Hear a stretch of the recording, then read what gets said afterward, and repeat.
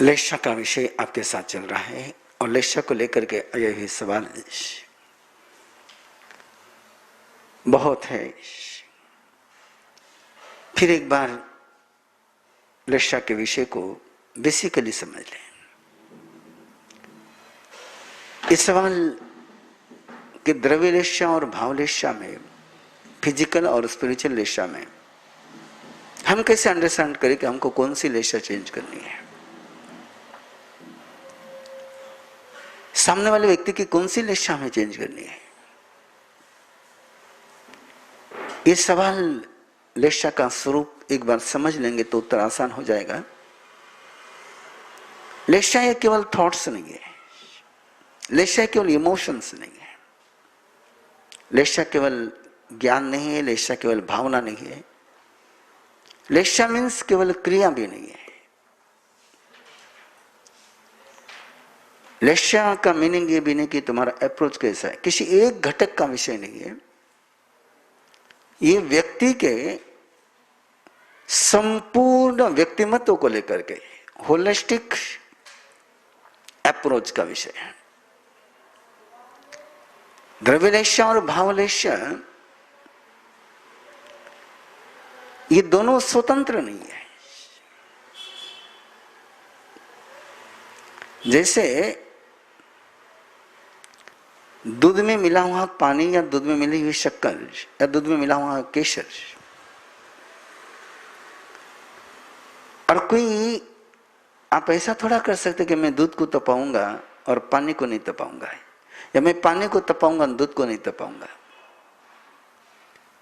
जैसे दूध और पानी ये दोनों एक रूप हो चुके हैं, एक ही रूप में वो जीते। जैसे आप सब्जी खाते हैं, जैसे आप चाय पीते हो, चाय का जो स्वाद है वो दूध का है, शक्कर का है, चाय पत्ती का है, पानी का है, किसका स्वाद है? जैसे आप सब्जी खाते हैं तो सब्जी में जो स्वाद आपको आता है वो नमक का है, मिर्ची का है, मसाले का है, तेल का है या सब्जी का है। वो जैसा स्वाद है वो सबको मिलकर के बना हुआ है। आप केवल किसी एक वस्तु को उसमें मिला करके स्वाद को कम ज्यादा कर सकते हैं, लेकिन स्वाद सबको मिलकर बनता है। वैसे लेशा जो है वो अपने एक्शन, अपनी क्रिया, अपना आचरण, अपना ज्ञान, अपनी श्रद्धा, अपने संबंध, अपनी भावनाएं, अपना बॉडी पोस्चर, अपना देखने का तरीका, अपने पांव रखने का तरीका, अपने चलने के तरीके, बोलने का तरीका, ये सब उसके एक समग्र स्वरूप है। उस समग्र स्वरूप की ये बात है। केवल एक बात के लिए द्रव्यलेशा और भावलेशा दो शब्द दिए गए हैं कि भावलेशा आपके अनुभूति में है, द्रव्यलेशा ये भौतिक है, मटेरियलिस्टिक है, उसका फिजिक्स है, उसके केमिकल्स है, उसमें वर्ण गंध रस स्पर्श एक चार्ट सामने लगा हुआ है जो बाद में आप उसको देख लेना। भावलेशा में क्या क्या है? नॉलेज है, और नॉलेज के दो प्रकार, सम्यक और मिथ्या है, सत्य ज्ञान और मिथ्या ज्ञान। श्रद्धा, सम्यक श्रद्धा और मिथ्या श्रद्धा। अंधश्रद्धा शब्द नहीं प्रयोग यहाँ पर करते हैं। चरित्र, सम्यक और मिथ्या। वीर्य, एनर्जी, सम्यक और मिथ्या। और ये है भावलेशा के पार्ट। और द्रव्यलेशा में है वर्ण, गंध, रस, स्पर्श, शब्द, वेव्स, पार्टिकल्स,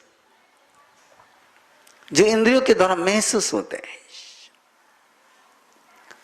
उनको कहते हैं द्रव्यलेशा। जिस समय आप किसी की तरफ प्यार से देखते हैं, उस समय उस प्यार में जो भाव है, जो अनुभूति है, वो आपके चैतन्य में, आपके मन में, आपके भावों में। लेकिन सामने वाले के पास जो पहुंचना है, वो आपका भाव नहीं पहुंचना है, उसके पास जो पहुंचना है, उस प्यार के कारण से, उस अनुभूति के कारण से, उस गुस्से के कारण से, किसी भी कारण से आपके अंदर से जो विकिरण, वेव्स, रेंज, जो पार्टिकल्स आपसे बाहर जाते हैं, बॉडी से, आपकी आंखों से, आपके पूरे शरीर से, वे वेव्स जो है वो सामने पहुंचने हैं। और उसमें है वर्ण, गंध, रस, स्पर्श। और वो जो वर्ण, गंध, रस, स्पर्श है, वे बहुत जैसे अल्ट्रावायलेट रेंज होती है, जैसे अल्ट्रासाउंड होता है, वैसे अल्ट्रा टच होता है, वैसे अल्ट्रा स्मेल होती है, कि जिसको इंद्रियों के द्वारा महसूस किया जा सकता है, लेकिन रिकॉग्नाइजेशन नहीं किया जा सकता है। ग्रहण कर सकते हैं लेकिन देख नहीं सकते। एक ऐसा स्पर्श, इसमें साइंस बहुत आगे गया है, कि एक ऐसा स्पर्श जो अंदर में ग्रहण तो होता है, लेकिन इंद्रिय के स्तर पर अपन उसको महसूस नहीं कर सकते हैं। एक छोटा सा एग्जाम्पल उसके लिए ले लीजिए। आप मूवी देखते हैं, आप पिक्चर देखते हो, और आपको एक चित्र दिखता है, लेकिन उस एक चित्र के बीच में वहां पर कम से कम 24 पिक्चर आकर जा चुके हैं, कि आपने जो आंख है उसको किसी भी दृश्य को ग्रहण करने के लिए 1 सेकंड का 10वां हिस्सा लगता है, और उतने समय में बहुत सारी इमेजेस चली जाती हैं। ये जैसी देखने का है, वैसी शब्द का भी है। आप थोड़ा सा सीरियस बनेंगे, अलर्ट बनेंगे, वाक्य का बोध में जो बोल रहा हूं, वो आपके कानों पर जो अक्षर पहुंच रहे हैं, वो क्या एक साथ पहुंच रहे हैं? मैं क्या एक साथ बोल रहा हूं? जिस समय मैं अ बोलूंगा उस समय री नहीं बोलूंगा, जिस समय री बोलूंगा उस समय हन नहीं बोलूंगा, जिस समय ता बोलूंगा उस समय नम नहीं बोलूंगा। ये एक समय में एक ही अक्षर का उच्चारण होता है। लेकिन जिस समय व्हाइट शब्द या अरिहंत शब्द या लाल शब्द, आप कोई एक एक अक्षर को नहीं सुनते ना, वो पूरा बोध एक साथ होता है। लेकिन प्रत्येक अक्षर का अस्तित्व इस समय के लिए अ के समय में र नहीं है, लेकिन ये अपनी इंद्रियों की जो पटुता है, ग्रहण की जो क्षमता है, वो ऐसी है। इसलिए ये भौतिक होकर के भी इंद्रियों को प्रभावित करते हुए भी हम इसको सामान्य तरीके से नहीं जान सकते। ये द्रव्यलेशा है। अब ये द्रव्यलेशा जब आपकी उसके पास जाती है, प्यार की या गुस्से की, कोई भी द्रव्यलेशा आपकी गई उधर, आपके वर्ण, गंध, रस, स्पर्श एक अलग वेव्स, लेंस बंद करके उसके पास पहुंचे, और उसके पास जब पहुंचेंगे तो उसके पास जो लेशा है वो द्रव्यलेशा है। उस द्रव्यलेशा को वो चेंज करेगा, और जब द्रव्यलेशा चेंज हो जाएगी तो उसका इफेक्ट भावों पर आएगा। ये ऐसा क्षेत्र चलता है, भाव से द्रव्य, द्रव्य से भाव, ये ऐसा प्रवाह चलता है। जैसे आपने दवा खाई, आपने आहार किया, आपने पानी पिया है, और वो दवा अंदर जाकर के एक अलग रूप में, पानी का अलग रूप में उसका एक डाइजेशन प्रोसेस चलती है। उस डाइजेशन प्रोसेस के कारण से फिर बॉडी पर उसका इफेक्ट होता है। जैसे किसी ने शराब पी ली, अब शराब जाकर के उसके पूरे बॉडी के तंत्र को प्रभावित करती है, और बॉडी के तंत्र को प्रभावित कर करके उसके मन को प्रभावित करती है, उसके भावों को प्रभावित करती है, उसकी फीलिंग को प्रभावित करती है। ये उदाहरण है उसके, कि जो अपना प्राण शरीर है, जो अपनी इनर बॉडी है, वो इसमें सितों का काम करता है। तो ये यहां से जो जा रही है, जाने वाली जो भी लेशा बाहर रहेगी वो द्रव्य लेशा रहेगी। आपके भाव बाहर नहीं जाएंगे, आपकी द्रव्य लेशा बाहर जाएगी। सामने वाले के पास भी जो आपके पास जो आता है उसकी द्रव्य लेशा आती है।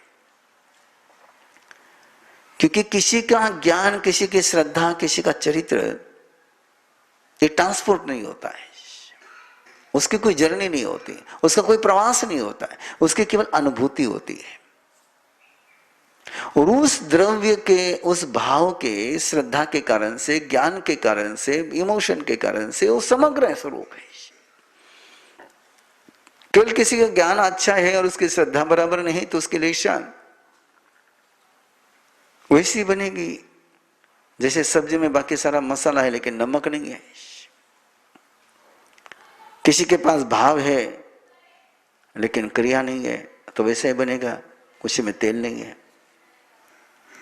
जैसे ये सारे रस बनता कब है कि सारे मैटर, सारे सभी थिंग, सारे घटक जब एक रेशियो में मिलते हैं तब टेस्ट आता है। चाय में यदि पत्ती ज्यादा हो जाए और दूध कम हो जाए या शक्कर कम हो जाए तो स्वाद में फर्क पड़ता है नहीं। तो एक घटक उस स्वाद की तीव्रता को कम ज्यादा कर देता है। यदि आपको समग्र टेस्ट चाहिए तो सारे उसके जो घटक है, नॉलेज, इमोशंस, एक्शंस,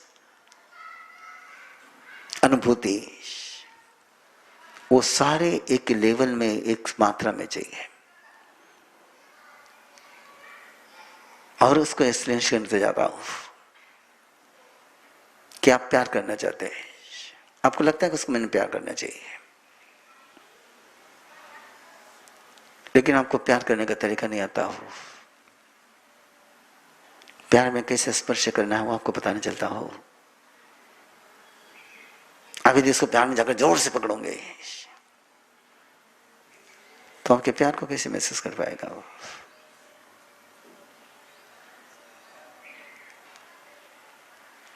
और आप उसको भले बिल्कुल वो स्मूथली पकड़ रहे हैं लेकिन अंदर में प्यार के इमोशंस नहीं है,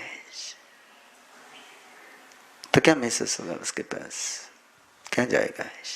वो जो लेशा जाती है, वो जैसे भावों में तारतम्य भाव आता है वैसे ही लेशा का सार चलता है।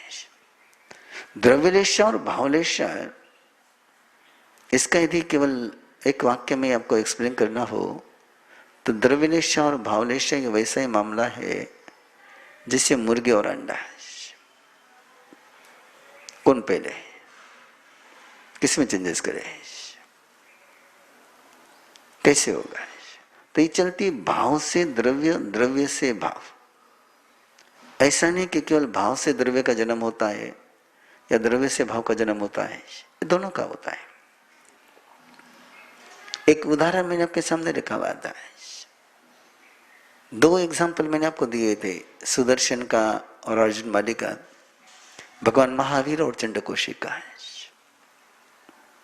और कल मैंने उसको और एक्सप्लेन करके आपको बताया था कि जिस समय चंडकोशिक गुस्सा कर रहा है, तो उसके गुस्से के कारण से जो बाहर वेव्स जा रहे हैं, जो बाहर रेंज जा रही है, वो रेंज, वो वेव्स, वो परमात्मा के पास पहुंच रही है। लेकिन परमात्मा ने उसके लिए दरवाजा बंद करके रखा है कि मेरे अंदर इस रेंज का प्रवेश नहीं होगा। ये अनुभव आप लेते हैं घर में, और खास करके कपल में तो ये चलते रहता है।